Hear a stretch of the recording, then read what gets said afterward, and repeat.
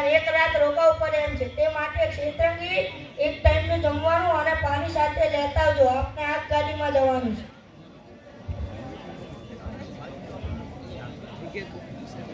સાંભળો, શાંત થઈ જાઓ.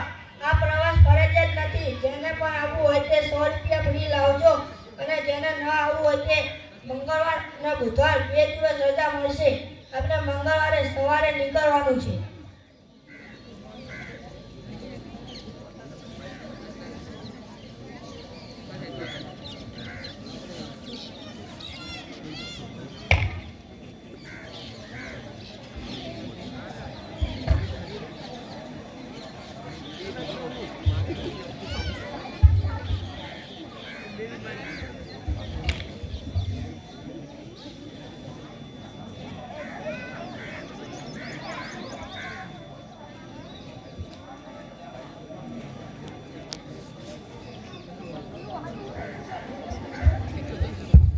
હા ચાલુ છે. કેમ બેટા મોઢું પડી ગયું છે? પિતાજી, આજે શિક્ષકે કહ્યું હતું કે પ્રવાસે જવાનું નક્કી થયું છે. પ્રવાસ માટે 100 રૂપિયા ફ્રી ભરવાની છે. ના બેટા, આપણી પરિસ્થિતિ એટલી સારી નથી, એટલા માટે હું તને બીજી વખતે પ્રવાસે જવા દઈશ. કાંઈ વાંધો નહીં. અસલજારમાં મને જવા તો શું થયું? 2 દિવસ રજા પડશે. તારે બેટા ગમત કરશું. ચાલ હવે સુઈ જા.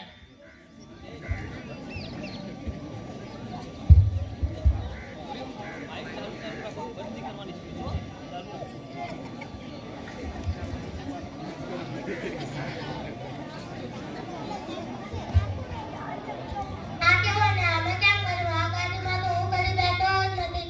બધા છોકરાઓ કેવી ગમતો કરશે, ગીતો ગાશે, બલારામાં ચંદાશે, ત્યાં બધા મજા કરશે. હું જ કમનસીબ છું. ભગવાનને સાચા દિલથી પ્રાર્થના કરે તો ભગવાન વહારે થાય છે. હે દીનાનાથ, દીન દયા, હું ગરીબનો છોકરો છું. ધન દોલત, હાથી ઘોડા, હીરા મોતી, હવેલી મહેલી મને આશા નથી. હું તો ફક્ત 100 રૂપિયા છું. ગમે તે રીતે 100 રૂપિયા અપાવે તો હું તારો ઉપકાર નહીં ભૂલું.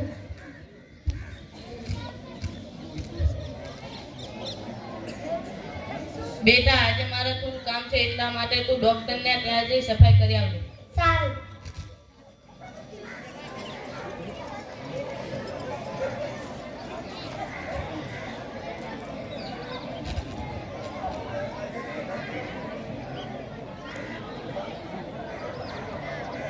₹100 જડે આને તો. અરે, આ 100 રૂપિયાનો નોટ આ કોની છે? હા, અમે રામના ભગવાનને પ્રાર્થના કરી હતી. નક્કી આ ભગવાને જ મૂકી હશે.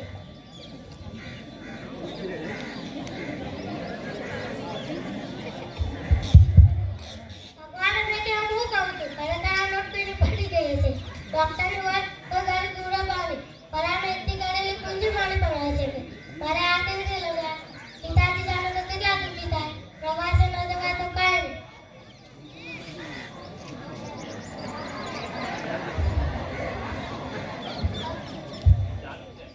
આનંદ, પેલી મંગુબાઈ હમણાં આવીને કહેતી હતી કે તેની 100 રૂપિયાની નોટ ખોવાઈ ગઈ છે. તને મળી છે આનંદ? મંગુ બિચારી ગરીબ છે. તેને માંડ 100 રૂપિયા ઊભા કર્યા હતા. કોણ જાણે એ જૂઠું એ બોલતી હોય. શું આ નોટ તારી પાસે હતી આનંદ? મારી પાસે આ પૈસા તે તારા ખીચામાં કેમ મૂક્યા?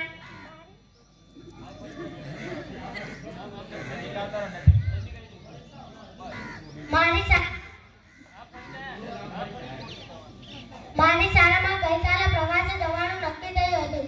પ્રવાસ માટે 100 રૂપિયા ફ્રી ભરવાની હતી. અમારી પરિસ્થિતિ સારી ન હતી એટલે હું દુઃખી હતો. રાત્રે ઊંઘ પણ ન આવતી હતી. મેં ભગવાનને પ્રાર્થના કરી કે 100 રૂપિયા આજે જ્યારે હું તમારી રૂમની સફાઈ કરતો હતો ત્યારે મને આ નોટ કૃષિ પાસેથી મળી. મને એવું થયું કે ભગવાને મારા માટે આ નોટ મૂકી છે.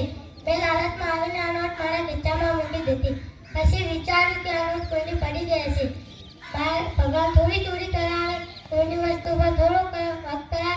લો આ નોટ મંગુબાઈને આપી મારી ભૂલ બધા. આનંદ, અહીંયા આલે. તું સાચું બોલ્યો એનો ઇનામ. આ પૈસા તારે મને પાછા આપવાની કોઈ જરૂર નથી. એવું સમજજે કે ભગવાને મારા દ્વારા આ પૈસા તને અપાવ્યા છે. આ પૈસાથી તું તારા પ્રવાસની ફીસ ભરીને તારા પ્રવાસે જજે.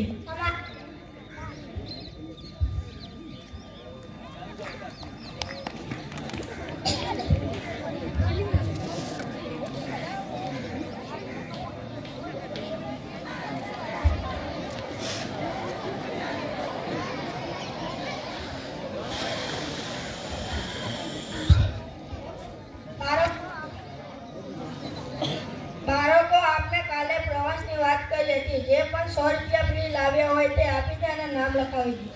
લો સાહેબ, તેનું મારું નામ નથી. આનંદ, આટલો બધો ખુશ કેમ છે? ગઈકાલે તમે પ્રવાસની વાત કરી હતી ત્યારે હું દુઃખી હતો. તે ભગવાનને પ્રાર્થના કરી કે એમને 100 રૂપિયા આવે. આજે જ્યારે હું ડૉક્ટરની રૂમની સફાઈ કરતો હતો ત્યારે મને આનંદ ખુરશી પાસેથી મળી. મને એવું થયું કે ભગવાને મારા માટે મૂકી છે. ડૉક્ટર આયા કહ્યું, મંગુબાઈની નોટ પડી ગઈ છે, તને મળી છે? મેં ઈમાનદારીથી એમને નોટ પાછી આપી દીધી. એમને પૂછ્યું, તારા ખિસ્સામાં નોટ કેવી રીતે મૂકી? મેં કહ્યું કે ગઈકાલે મારી શાળામાં પ્રવાસે જવાનું નક્કી થયું હતું. પ્રવાસ માટે 100 રૂપિયા ફી ભરવાની હતી. અમારી પરિસ્થિતિ સારી ન હતી એટલે હું દુઃખી હતો. સારી હકીકત કહીને એમને મને 100 રૂપિયાનું ઇનામ આપ્યું.